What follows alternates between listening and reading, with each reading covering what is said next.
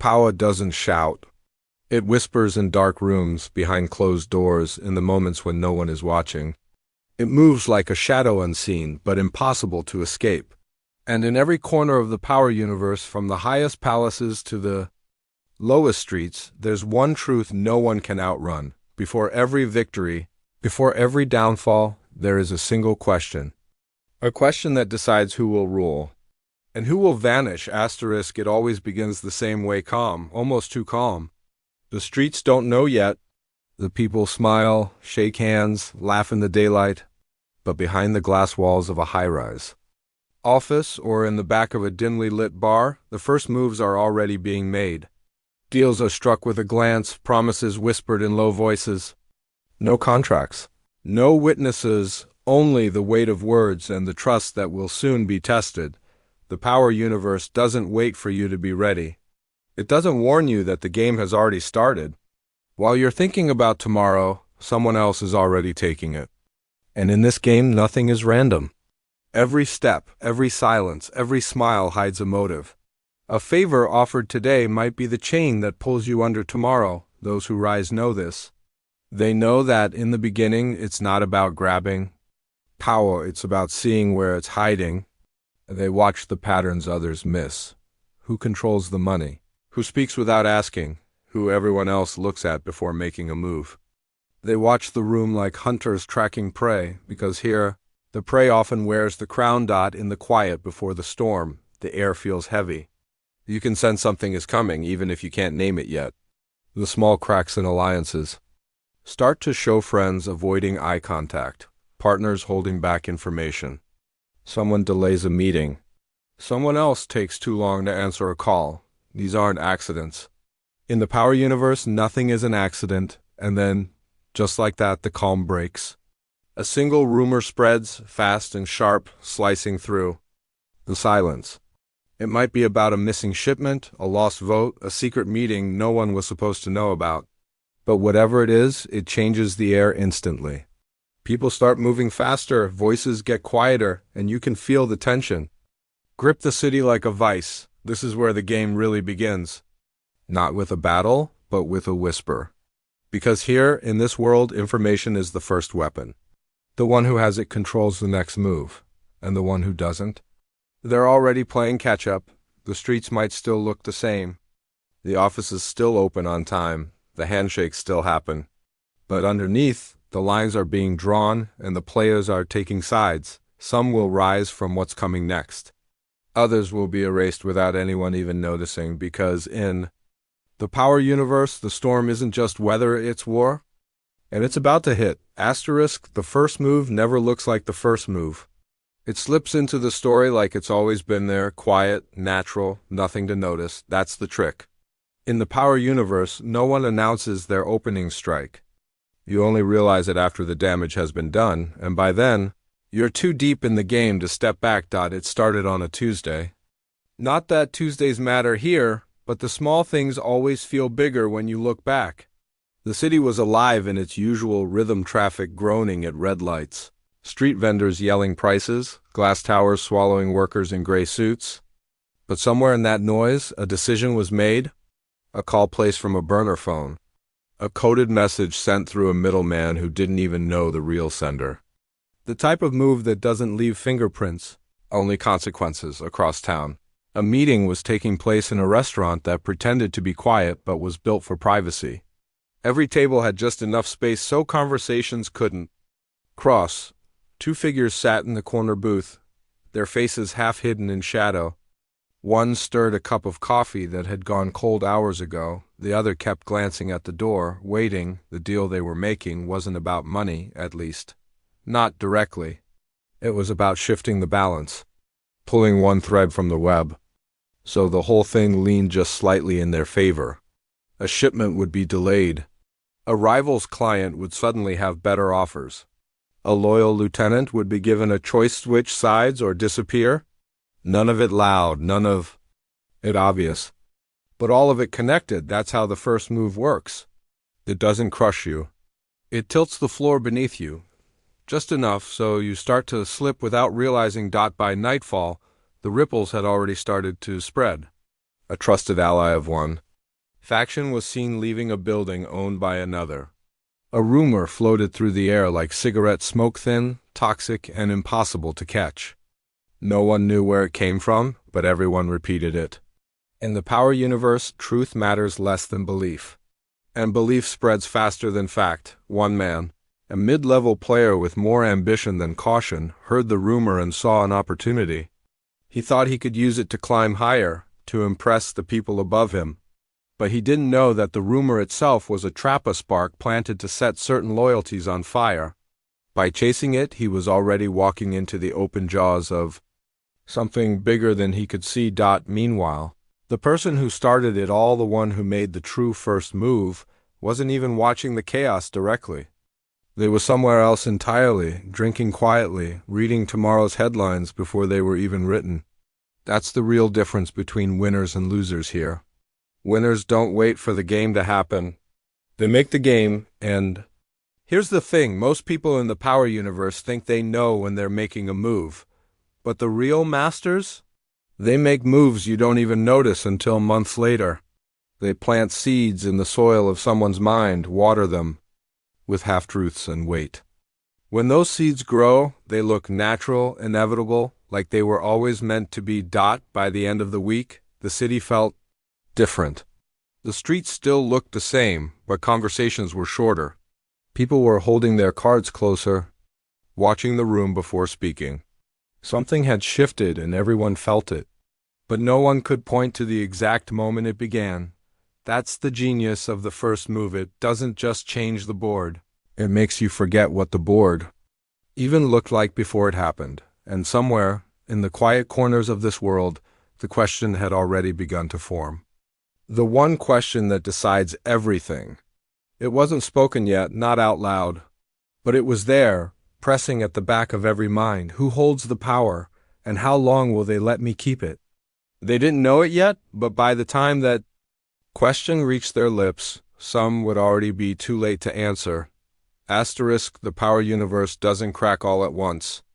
It fractures slowly, hairline lines spreading under the surface until one day the whole thing shatters in your hands.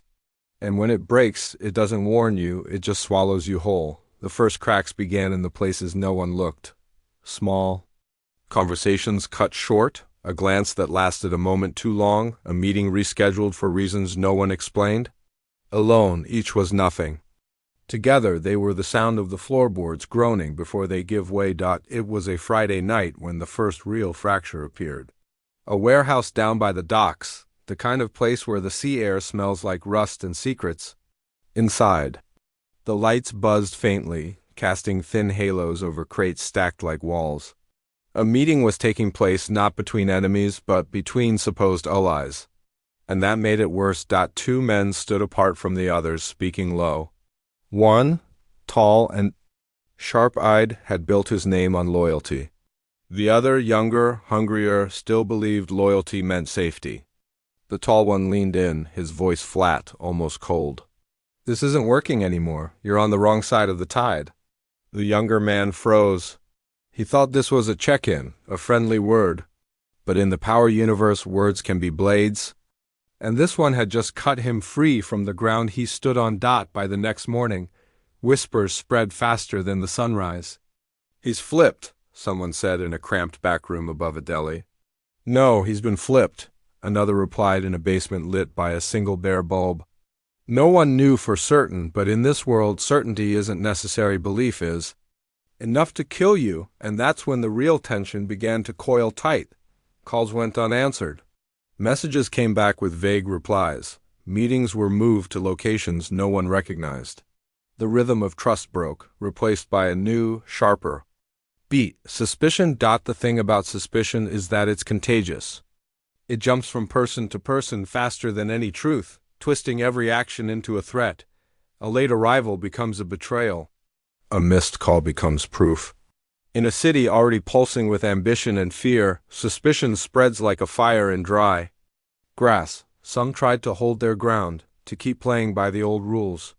They still believed that loyalty could be proven, that a straight answer could calm the storm. But those people were already ghosts, they just didn't know it yet. The first betrayal hit like a silent explosion. No shouting, no drama, just a quiet decision in the dark. A piece of information, small, precise, found its way into the wrong hands. A location, a name, a time. By dawn, an entire operation was burned to the ground. Not physically worse. Its networks were gone, its influence drained. Its people scattered. Everyone asked the same question: who did it? But in the power universe, the better question is always, who benefited? And that question led eyes in dangerous directions. Old friends started watching each other too closely. Partners sat at opposite ends of the table. The air was thick with calculations. As if everyone was doing the same math but hiding different answers, somewhere in the middle of it all, the person who set this in motion sat in a room with no windows, moving pieces no one else could see. They weren't interested in the chaos. Itself, chaos was just the tool. What they wanted was the choice it would force on everyone else. When the dust cleared, every player would have to decide. Adapt or vanish. And in moments like these, the question comes sharper than ever. The kind of question that isn't just about survival, it's about control. The players who answer it quickly might stand a chance.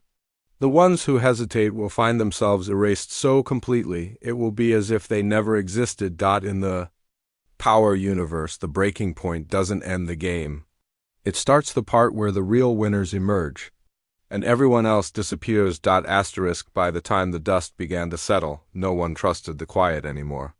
Silence in the power universe. Wasn't peace, it was the space between two explosions. Everyone knew another move was coming. They just didn't know who would make it first. It was a Sunday evening when the city felt like it was holding its breath. The streets were nearly empty, the kind of stillness that makes even the air feel cautious. In a penthouse high above the skyline, a small group gathered around a long table. No names were spoken, no pleasantries exchanged. They weren't here to talk, they were here to decide. At the head of the table sat a figure who rarely appeared in person. They didn't need to. Their influence stretched across the city like an invisible net, catching anything and anyone that mattered. Tonight, though, they had chosen to be present. That alone made everyone uneasy. One by one, reports were given. Who had switched sides, who had vanished, which networks were bleeding and which ones were still strong. No one interrupted. No one. Dead. The figure at the head listened quietly, their face unreadable, until finally they leaned forward. Enough, they said. The room went still. They let the silence drag just long enough to remind everyone who set the pace here. Then, in a voice that carried no anger but all authority, they asked the question, who holds the power, and how long will they let you keep it? It wasn't a question for debate. It was a mirror, forcing each person in the room to see themselves in the answer. Some avoided the gaze. Others stared down at their hands. Because the truth of the power universe is that power is never yours, it's only on loan. And the lender can come calling at any time. The youngest at the table spoke first, his voice tight but steady. He named names, drawing a map of control across the city. Others followed, each layering details over the last, piecing together the true shape of the game. By the time they were done, the picture was clear, and it wasn't pretty. Power had shifted.